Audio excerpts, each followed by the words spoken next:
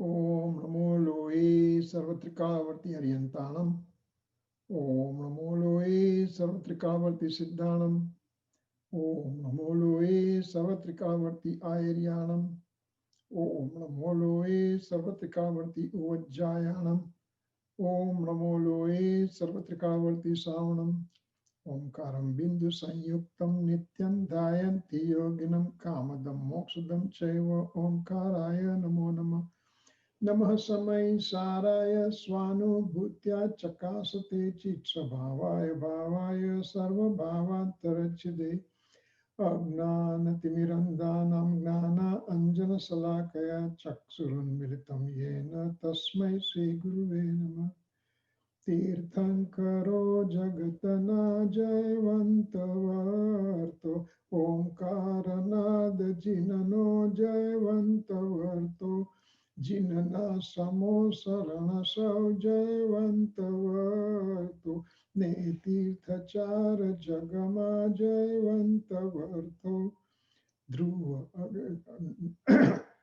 Namah Samai Saraya Swanubhutya Chakasate Chitsvabhavaya Bhavaya Sarva Bhavantarachide Ananta Ananta Bhava Vedati Bareli Bali Ananta Ananta Naya Niksepe Vyakhaniche Sakala Jagata Hitakarini Harini Moha Parini Pamadi Moksacharini Pramaniche Upama Apyani Jene Tamara Khavite Vyartha Apavati Jamati Mapai Me Maniche Aho Raja Chandra Bala Kyalanati Pamatae Jineswara Tani Vani Jani Tene Jani Che Guru Raj Tani Vani Jani Tene Jani Che Om Namah Siddhebhyo Om Namah Siddhebhyo Om Sri Sudatmane Namaha. Jai Jinendra. Today is October 19, 2020, Monday, and we are continuing our discussion on Atmasiddhi Shastra. So Atmasiddhi stanza 7, when we are going to start, it says that it's a really nice, whatever we learned so far, it gives similar kind of advice, because Srimad Ji doesn't want us to get stuck somewhere along the line. He is holding our hand and says, this is a very slippery path and I don't want you to fall down. Hold my hand and I'll show you the pathway and you will be able to get out of this misery and you'll be on the pathway to obtain the right faith. So here, in the sixth stanza, what it said, that with the tyag and vairagya means renunciation, etc., all those activity I do, they are helping me to obtain right faith. Then, when I don't have right faith here, but renunciation, etc., with the aim to obtain right faith, then they are also helpful to me. And that stanza was telling us that we are on the right path if we have the aim to obtain right faith. That is my ultimate aim. So that kind of thing I have to keep in mind. So now in this stanza, what it says, that you do renunciation, etc. activity. So to start with, a person is generic person. He has not done anything at all. He has not started any spiritual learning and learning at all. He is a plain, pure, generic, unprepared person. Then Srimad Ji says that if you go for renunciation, etc. pathway, if you go for learning of the scripture, etc. pathway, then this is a stepping stone for you to obtain right faith. So that's what this stanza is going to say to us, that what it says basically, I want to go from Phoenix to New York. I had to change my plane at Chicago, for example. That Chicago is a halfway point. It's not my destination. So I have to understand that my destination is still far away. Similarly, when a plain, pure, generic person, he has no other understanding of religion at all, then he listens to the discourses of the enlightened saints, etc.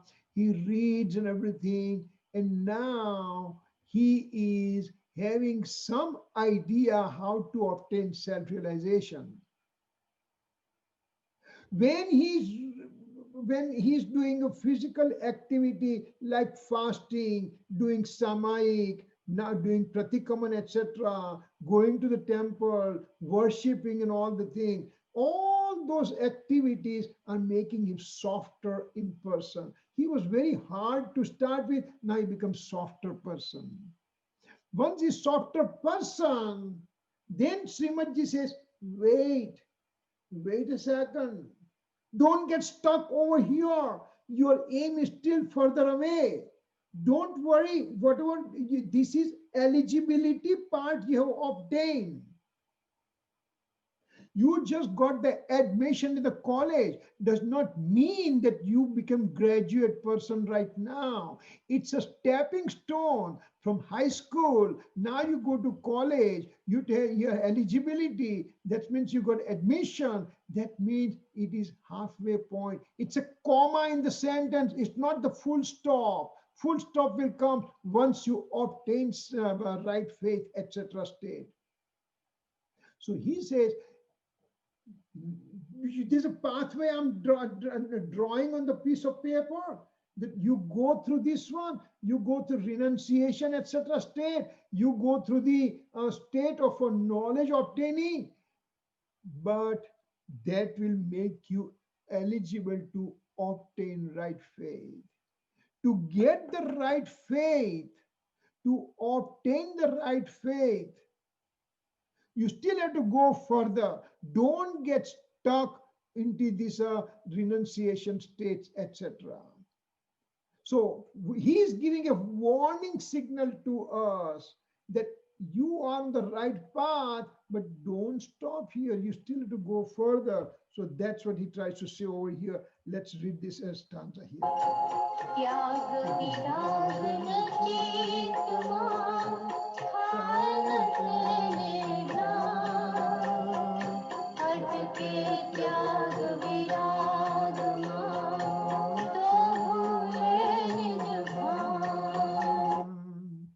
So what it says over here, so beautifully he puts this simple words, but deep meaning.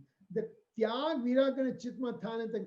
If you don't have renunciation, etc. state in your mind, I want to become religious person. The pollution comes. I get worked up. I'm going to do upvas today. I'm going to do ekasan today. I'm going to do lots of scriptural study, reading, etc., etc. And all those things we are prepared for it. And after that 8 days of a paryushan and 10 days of daslakshan, we continued that pathway. That means in my heart, in my soul, I know that the renunciation, etc. states are very, very, very important. Once I had those renunciations, etc. state within me, then only once I have this state within me, then only I will get the right faith and right knowledge. If I don't have softness of myself, if I am not softened myself, if I have not become eligible for obtaining right faith, then right faith will not occur to me.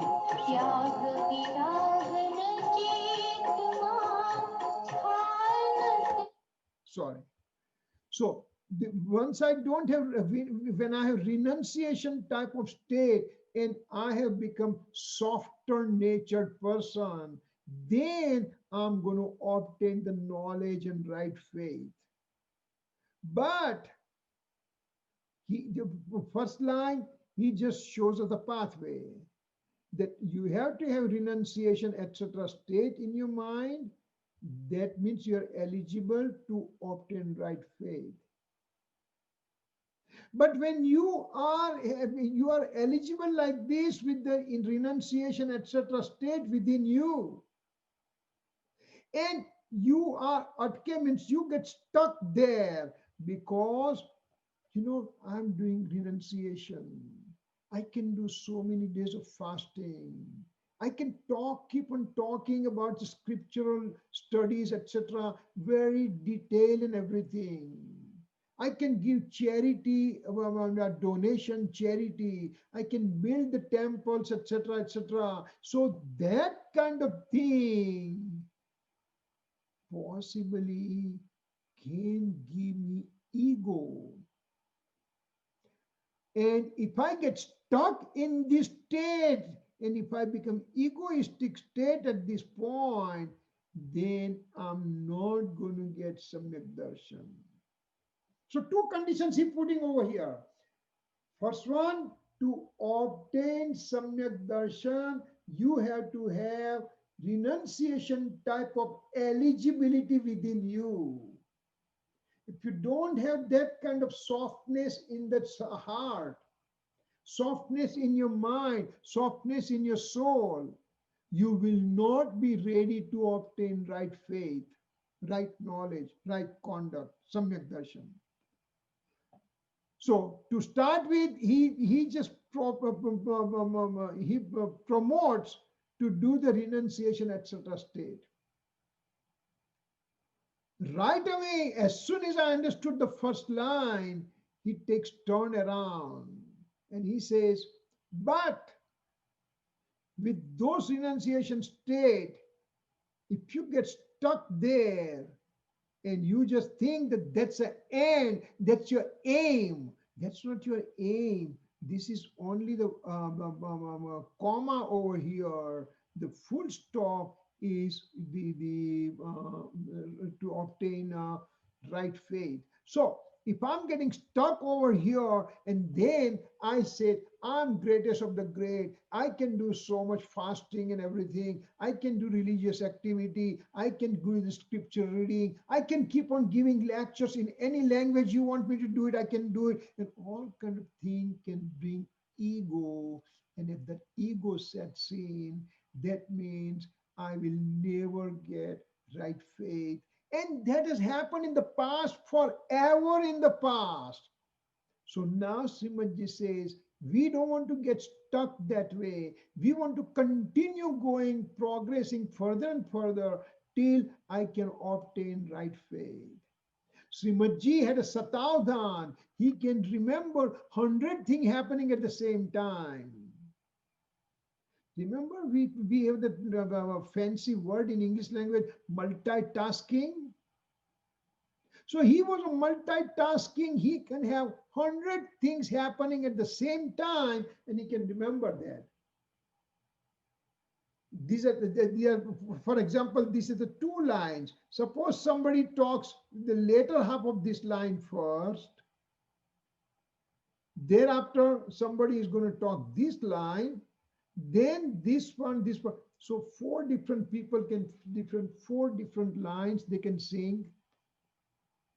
Some people, he can have there is a bell can ring certain numbers of times. Somebody can recite something very loudly. Somebody can speak in different language. All those 100 little things happening, he can recollect those things. And Srimadji had that kind of, he has shown in public that he can do those 100 things at the same time, remembering of 100 things at the same time. And I guess you all may have watched that drama, which was the Yug Purush drama, that it was really beautifully presented in the drama, how those 100 things are happening. And he was getting those things, and at the same time, he became very famous. Everybody is just saying, "Oh my God, this guys are great. This guy is great." And at the time, the British people were ruling India, and some of the high authority viceroy of India, viceroy from London, he said, "I'm going to take this boy to London, and I'm going to take this chap to London, so that you know." So Simaji said, "If this knowledge gives me this fame, and if I get involved with this fame, it's going to say it is going to bring ego in my mind, and I'm going to become egoistic." So right away he gives up those Satavdan experiments, and he says, "I have no part of it," because his aim was not to get the fame.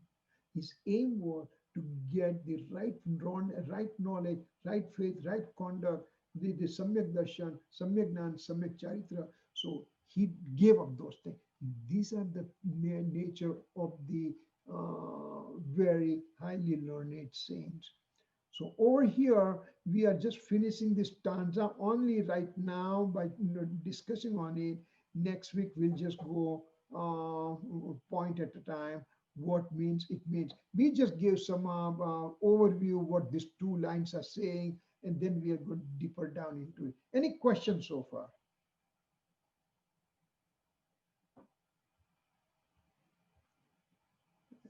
Anything that you have questions coming up in mind? Okay. If there's no question, then we'll do the closing, okay?